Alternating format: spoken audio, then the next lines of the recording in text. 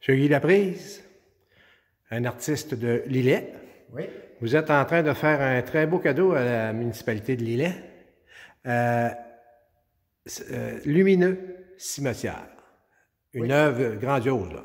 Oui, il s'agit en fait d'un projet de longue haleine qui a commencé en 2010. Ça s'en va sur sa 10e année. Le projet Lumineux Cimetière, c'est naturellement des collages sur différents supports, des toiles ou encore des plaqués ou quoi que ce soit. Le Lumineux Cimetière, c'est une réflexion d'artiste sur la mort et sa contrepartie, c'est-à-dire son legs à l'humanité en quelque sorte.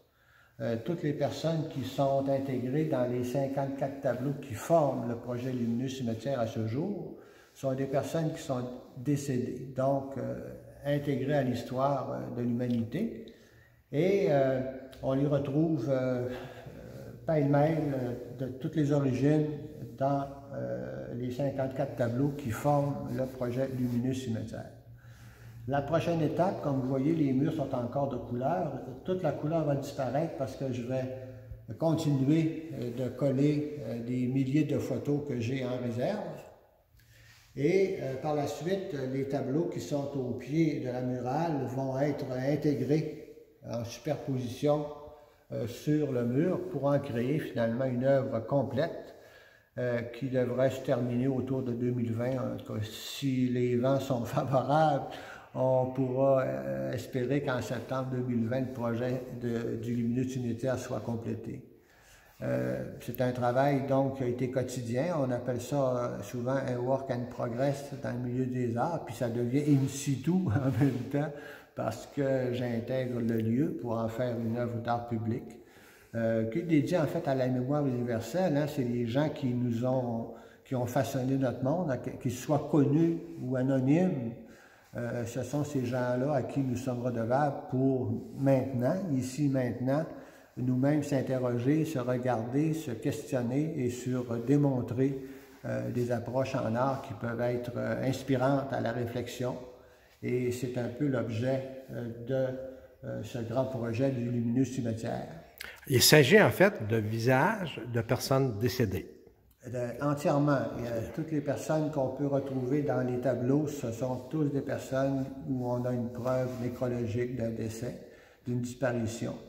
À travers les images, il y a aussi des textes ou des morceaux de texte, des titres qui sont reliés à des événements où la mort est omniprésente, de toutes ces facettes possibles. En fait, les causes de mortalité, devrais-je dire, accident de moto, tu te noies dans ta piscine, les ouragans, les inondations sur la planète, peu importe, mais on n'a pas de photos. Alors, je découpais également des morceaux de texte pour aussi intégrer au collage, ce qui crée picturalement aussi une dissociation. Là. On peut aussi lire, tout autant qu'on peut observer les personnes qui sont présentées là. Alors, c'est un travail, comme je dis, de longue haleine et ça fait 10 ans que je travaille là-dessus. Puis là, j'ai une belle densité pour terminer la mosaïque en murale. Et à ce moment-là, le projet va se terminer. Et il y aura une suite qui viendra avec la municipalité si désirée. Le projet, actuellement, nous sommes dans une salle communautaire située tout juste à côté du camping de Lillet-sur-Mer.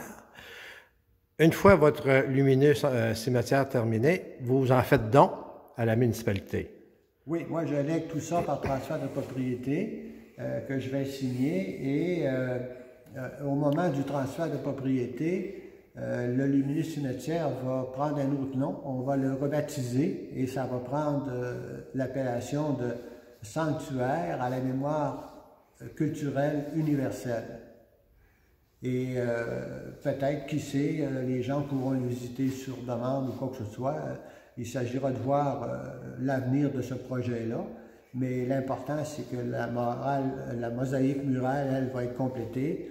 Mon projet est terminé. S'il y a autre chose qui se développe par rapport à l'observation publique de cette œuvre-là, ben, je serai naturellement disposé à collaborer avec un immense plaisir.